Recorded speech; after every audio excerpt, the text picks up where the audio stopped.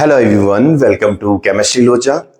अब तक हमने एसिड्स के बारे में जो है वो डिटेल से वन बाय वन पढ़ लिया है। अब हमारे पास जो नेक्स्ट टॉपिक है वो है बेस। बेस का हल्का सा इंट्रोडक्शन हमने इनिशियल स्टेज में, इनिशियल क्लासेस में हमने देख लिया। बेस में एक सबसे इंपॉर्टेंट टर्म्स आती है एल्केलाई। एल्केलाई बेस कौन से होते हैं?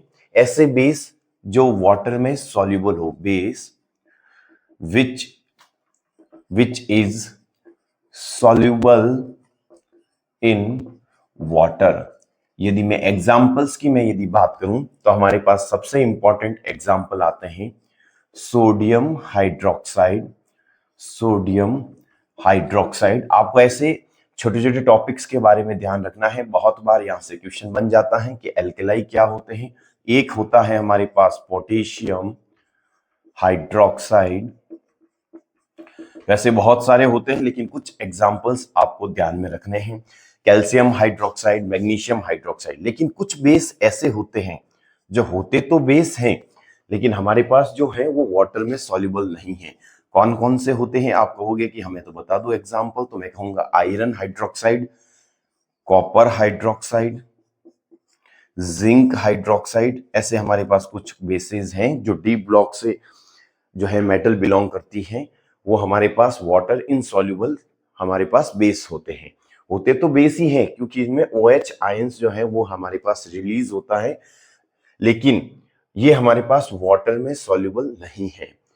एल्केलाई हमारे पास जो है, यहाँ पे आपको एक डाउट आना चाहिए और आया भी होगा दिमाग में। कमेंट बॉक्स में आप लिख के बताएं कि क्या डाउट आना चाहिए, क्योंकि हमने बेस की डेफिनेशन जब पढ़ी थी तो एक चीज पढ़ी थी और अब एल्केलाई यदि हम पढ़ रहे हैं तो उसमें कुछ अलग पढ़ रहे हैं, तो दोनों जो है वहां पे क्रॉस हो रही है चीजें, तो आपको एक डाउट आना चाहिए।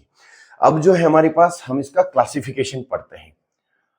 क्लासिफिकेशन क्लासिफिकेशन पढ़ते हैं। जैसे एसिड में नहीं पढ़ा क्लासिफिकेशन कि हमारे पास स्ट्रॉन्ग एसिड या स्ट्रॉन्ग बेस, तो हम किसके बेसिस पे पढ़ रहे थे classification? Classification of base on the basis of number of ions, number of OH minus ions. For example, पहला हमारे पास है strong acid, strong base. Strong base के बारे में सेम वही हमने जो डेफिनेशन पहले एसिड के लिए लिखी, वो सेम डेफिनेशन हम यहाँ पे लिखना चाह रहे हैं। स्ट्रॉन्ग बेस में एक एग्जाम्पल की हेल्प से समझो। सपोज करो मैंने एक बीकर लिया, इस बीकर में हमारे पास वाटर है। यहाँ पे मैंने 100 मॉलिक्यूल लिए NaOH के। यदि मैंने 100 NaOH के लिए और 100 के 100 हमारे पास ये आयोनाइज हो जाए और Na प्लस और हमें OH minus they they, it means 1 and 100% हमारे पास ये कैसा है? स्ट्रॉन्ग बेस है। यदि हमारे पास ऐसा होता कि मैं इसमें NH4OH अमोनियम हाइड्रोक्साइड डाल दूं और अमोनियम हाइड्रोक्साइड के मैं यदि 100 मॉलिक्यूल लूं, तो मुझे पता है कि ये मेरे पास जो है, जब वाटर में मैं इसको डिसॉल्व करूंगा तब इनमें आयोनाइजेशन कम होगा, और यदि आयोनाइजेशन कम होगा तो हमें number of OH minus ions भी क्या मिलेंगे? कम मिलेंगे। तो हमारे पास ये क्या होगा? वीक बेस होगा। इसकी यदि डेफिनेशन लिखना चाहें तो हम लिख सकते हैं कि the basis which gives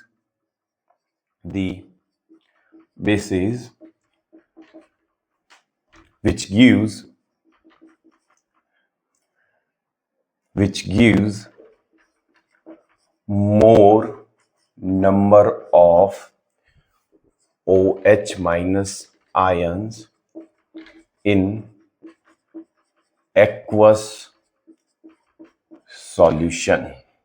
for example हम लिख सकते हैं NaOH, KOH, MgOH का होल ट्वाइस। ऐसे खूब सारे हमारे पास एग्जाम्पल्स हैं जो क्या है हमारे पास? Strong base. सेकंड है हमारे पास वीक बेस। मैं इसके बारे में लिख सकता हूं कि the bases which give less number of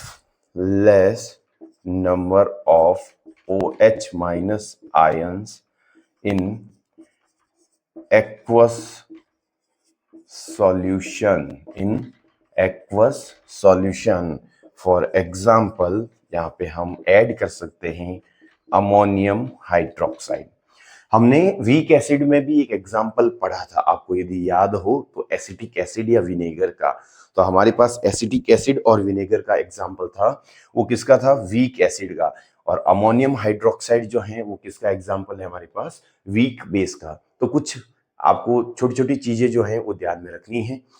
आज का वीडियो ज्यादा लंबा हो जाएगा, इसीलिए हम इस वीडियो को यहीं एंड करते हैं। मिलते हैं आपसे नेक्स्ट वीडियो में प्रॉपर्टीज ऑफ बेसेस के साथ। Thank you so much.